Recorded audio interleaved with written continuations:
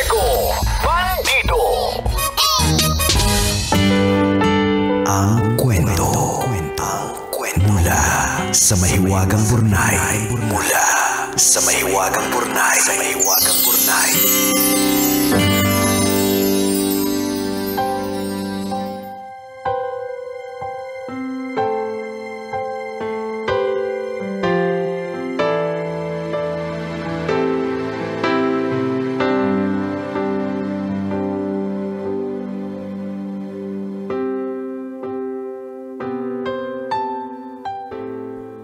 Dear Nicole and Diego,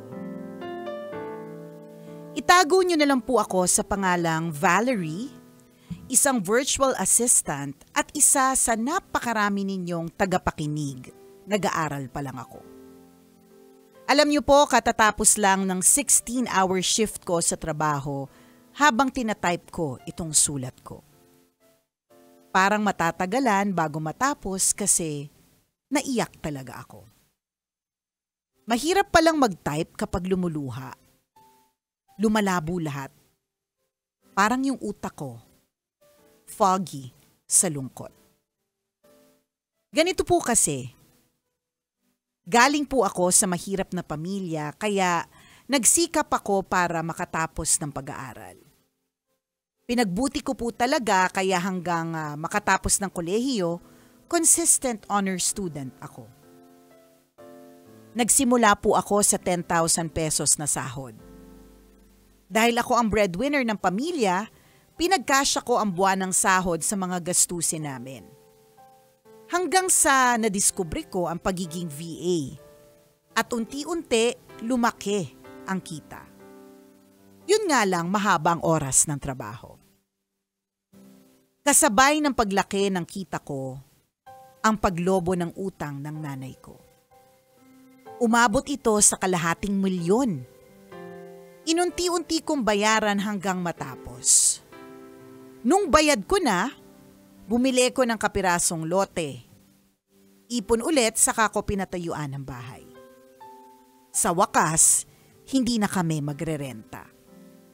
Hindi na kami kakabahan na baka biglang magtaas ng upa o bigla kaming palayasin ng may-ari dahil gagamitin na nila yung bahay na inuupahan namin. Gaya ng dati, sagot ko pa din lahat. Wi-Fi, kuryente, tubig, bigas, groceries, gasul. May nakalaan para sa mga yon. Tapos linggo-linggo binibigyan ko si nanay ng 2,000 pambili ng ulam. 4 lang naman kami sa bahay kaya dapat sapat na. Kaya naman laking gulat ko nang malaman ko na may utang na naman si nanay na 100,000. Naku po. Nung tinanong ko kung saan nagpunta, kulang daw ang binibigay ko. Nicole and Diego, naiiyak na ako sa pagod. Halos hindi na ako matulog sa katatrabaho. Para maibigay lang pangangailangan namin pero bakit ganon kulang pa din? Hindi pa din kasya. Nakakapagod na. Kung kayo po ang nasa sitwasyon ko, ano po kayang gagawin ninyo? Salamat po sa inyong payo. Ang inyong kumikinang na tagapakinig. Valerie. Kung kami yun, mag-aasawa na ako. Kaya nga sa true lalo. O di naman kaya, i-compute ko kung saan napupunta yung gastusin ng nanay ko. Or yung parte nun, iipunin ko, tas ininegosyo ko. Ang dami ko naiisip na mga pwedeng gawin. Nakaka-lurkey. Alam mo, hindi masama yung pagtulong, 'di ba? At lalong-lalo pa wala ka pa ng mga asawa, tama no? Single mukhang single ito si kasi dala-dala niya buong pamilya niya. Correct. So wala ka pang asawa. At syempre ang pamilya mo naman talaga, ang priority mo naman talaga ay yung immediate family mo habang wala ka pa namang sariling pamilya. Ang problema lang kasi talaga dito, bakit nagkakabaon-baon sa utang? Yung 2,000 pesos a week na allowance tapos gastos niya lahat bata. Ang laki na yun. Feeling ko malaki na Malaki rin na siya. yun eh. Oo, kasi Tingin ko mas malaki ka pa nga mas malaki pa kayo ng ginagastos sa amin. Kaya nga, di ba? Hindi, lalo pa ko, limbawa, si Valerie ang sagot sa wifi, kuryente, grocery. So yung 2,000 para sa mga eklabo ni Mother.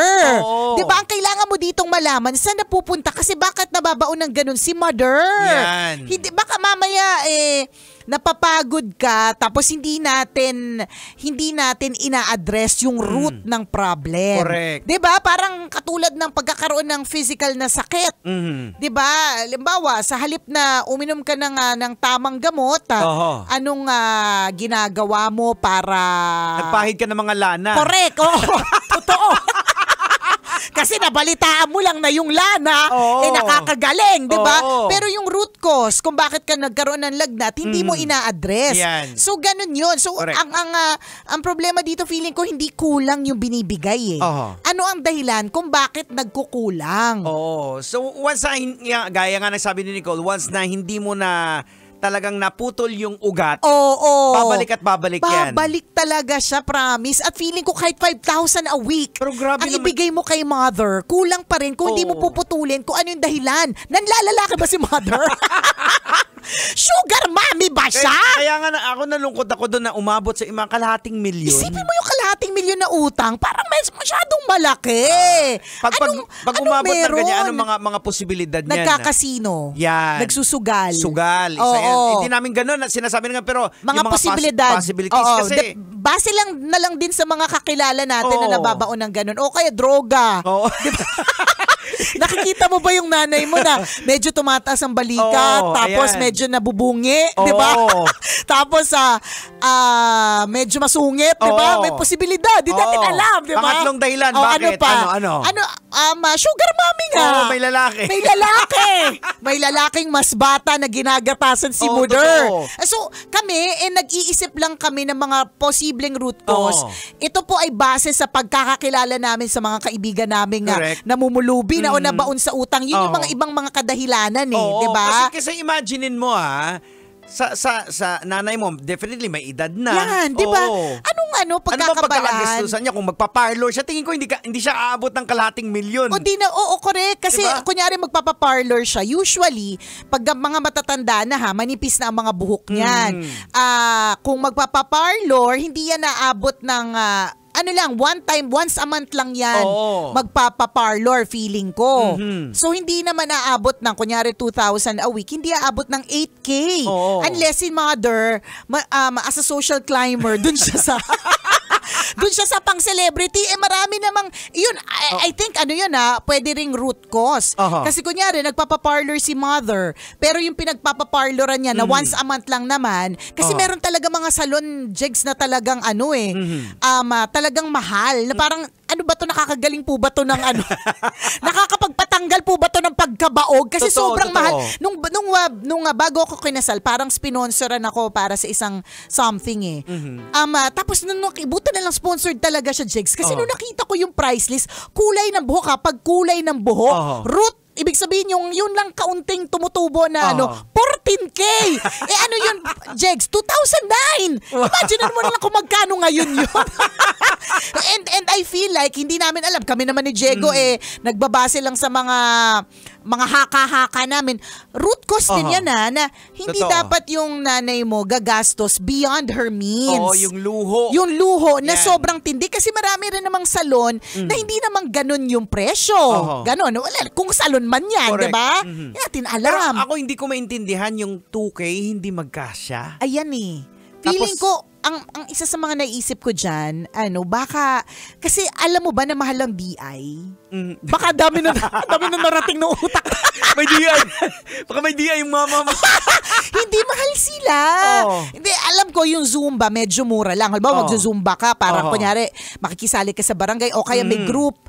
Parang mura lang yun Hindi mo ikakapulube. Hindi kulang yung 2,000 a week. Pero kung halimbawa DI, sa ballroom na pang malakasan. Alam ko, parang mga TF nila mga 1.5. Hindi ko sure Balita ko lang naman dun sa isang kaibigan kong senior. Actually, mababa yung 1.5. Mababa yung 1.5 mababa pa yung 1.5. Depende pa sa package. At tingnan mo yan, kung may special package. kung may special, ano tawag doon, service. Halimbawa, pagkatapos ng sayaw, mamasahiin yung paa. Ayan, di ba? Totoo. Additional 500 yun. Eh di syempre, tapos may gastos ka pa, kunyari nga, yung mismong kung saan nagbo-ballroom, may fee din yun. Correct. At saka lang naman sayaw ka ng sayaw, hindi ka kumakain, di ba? So yung mga ganyan, yung sinasabi nating identify the root cause of the problem. Correct. Kasi pwede nating putulin yun. Pwede naman, di naman natin pinipigilan sa mga sa mga luho kasi syempre, una matanda na, kaligayahan na nila. Pero kung kawawa ka naman, Valerie, na pagod ka na at hindi ka na nakakaramdam ng ginhawa, talagang kailangan na nating gawa ng paraan ito. Okay lang din naman na i-provide natin yung mga pangangailangan. Walang problema. Na mahal sa buhay natin. Pero to the extent na ini-educate din natin sila. Correct. Hindi yung pagkailangan, bigay lang tayo ng bigay. Siguro, yan, feeling ng nanay mo, andyan ka naman palagi, tuwing hihingi, sasaluhin naman ako ng anak ko. Correct. So, hindi sila natututo. Ayan. Diba? Ang una nga, iniisip ko na baka dahil sa mga kumadres. Pwede diba? din. Pero lumipat na sila ng bahay. Sabi ko, ganun pa rin. Anong ibig sabihin? Or Majong! Or inisip ko baka nagkita-kita pa rin sila sa labas. Oo. Pero yung umabot sa 500,000. 500,000. Tapos yung sasabihin niya na umabot sa 100,000, yung panibagong utang. Dahil kulang kulang na yung binibigay, may problema tayo dyan. Hindi tayo umaabot ng mga ganong, sa palagay ko, wala. Ako, iniisip ko, mauutang ba ako ng ganyang katindi kung hindi ako baon sa isang bagay? Tama yung sinasabi ni Nicole, may malalim na problema. At yun ang huhukayin mo at aalamin mo. Hindi mo pwedeng sabihin, okay, pwede ka mag-set ng limit. Kunyari, gagawin mo lang 1K per week para matuto, di ba? Pero hindi mo in-identify yung problem. Baka ang ending nito, 200,000 na kasi kulang na yung di ba? Baka magulat ka na lang, kakabili nyo ng gasol, wala ng gasol. Correct. Kasi binenta. Yung ganun ba? Galawang adik na yan eh. Galawang adik talaga. Ganon, bakit namin wala alam? na yung gasol. Bakit namin alam? Yun yung mga tropa namin. Tama! So maniniwala ka sa amin dyan sa part 9 kasi may mga naging tropa kaming addict, yan yung galawan nila. Ultimo gasol. Correct. Ultimo kahit anong pwede nilang ibenta, makabili na ng mga droga nila. Tama. Nangyayari. So, what is the root cause, Valerie? And of course, Valerie, yung addiction, maraming forms yan, ha? Yes. Pwede yung pagsasayaw, correct, diba? Correct. Yung sugal, marami yan, hindi lang basta drugs. Tama. Oo. So, definitely. Nandun lang kami sa extreme level yung drugs, diba? Pero, pwede din, Jegs. Baka may addiction yung nanay mo, yun ang alamin mo kung saan, kung ano yun. Ang addiction, Jegs, pwede rin sa online shopping. Yan, pwede. Diba? Posible. Posible talaga yun. Kasi kung iniisip ko nga naman, Jegs, kung 2,000 pang online shopping, kulang talaga. As an online shopper. Depends. Depends kung may TF, ganon. So, yun yung alamin natin. Baka masyadong nalululong dyan. Na basta hindi kasi talaga siya tama, na nagkakaroon siya ng utang na 6 digits. Gets natin yung posibleng kulang yung 2K a week. Kasi maaaring depende kung ano yung galawan niya. Malay mo yung pinupuntahan niya, ang layo, ang pamasahe going kung saan man siya pumupunta. Kunyari, siya ay nagtataksi at hindi nag-regular commute or nag-grab. Talaga mas malaki. Baka naman talaga kulang. Pero bakit nga umaabot ng 6 digits ang utang? Correct. Yun yung problema. Yun Alamin yung yun. Alamin natin talaga yan. Tsaka hindi siya natatakot doon umutang na ganun kalaki. Kaya nga. Tayo nga di ba natatakot ka na pag sabihin mo may 20,000 ka na utang. Parang lagi ka na alibadbaran o pinagpapawisan ka na ng malamig, di ba? Parang isip, paano ko babayaran yun? Correct. Ito, 100,000 tapos yung una pa 500,000.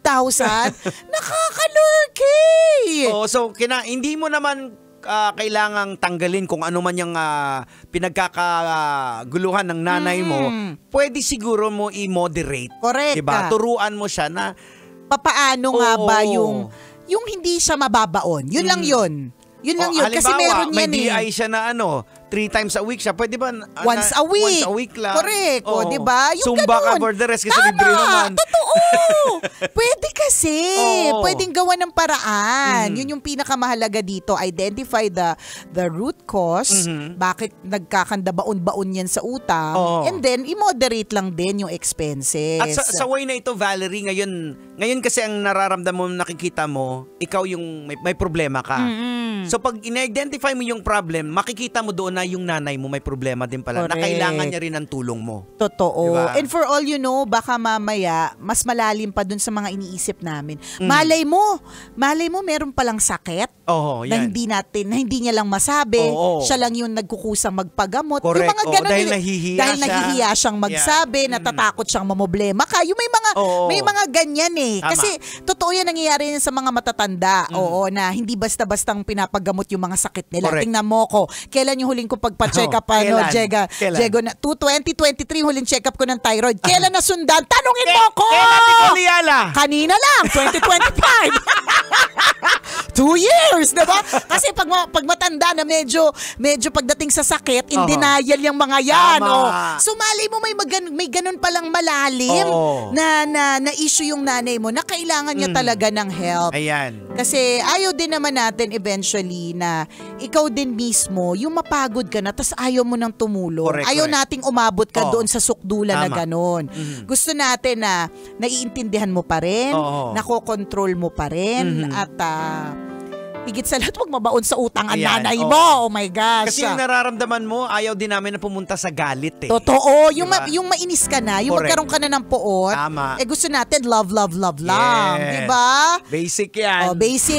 Oras natin, 1:39. Ako pong kumikinang naulo, Jego Bandido. At akong kumikinang ina mo, Nicole Yala. Kailangan pa bang i-memorize yan? Basic!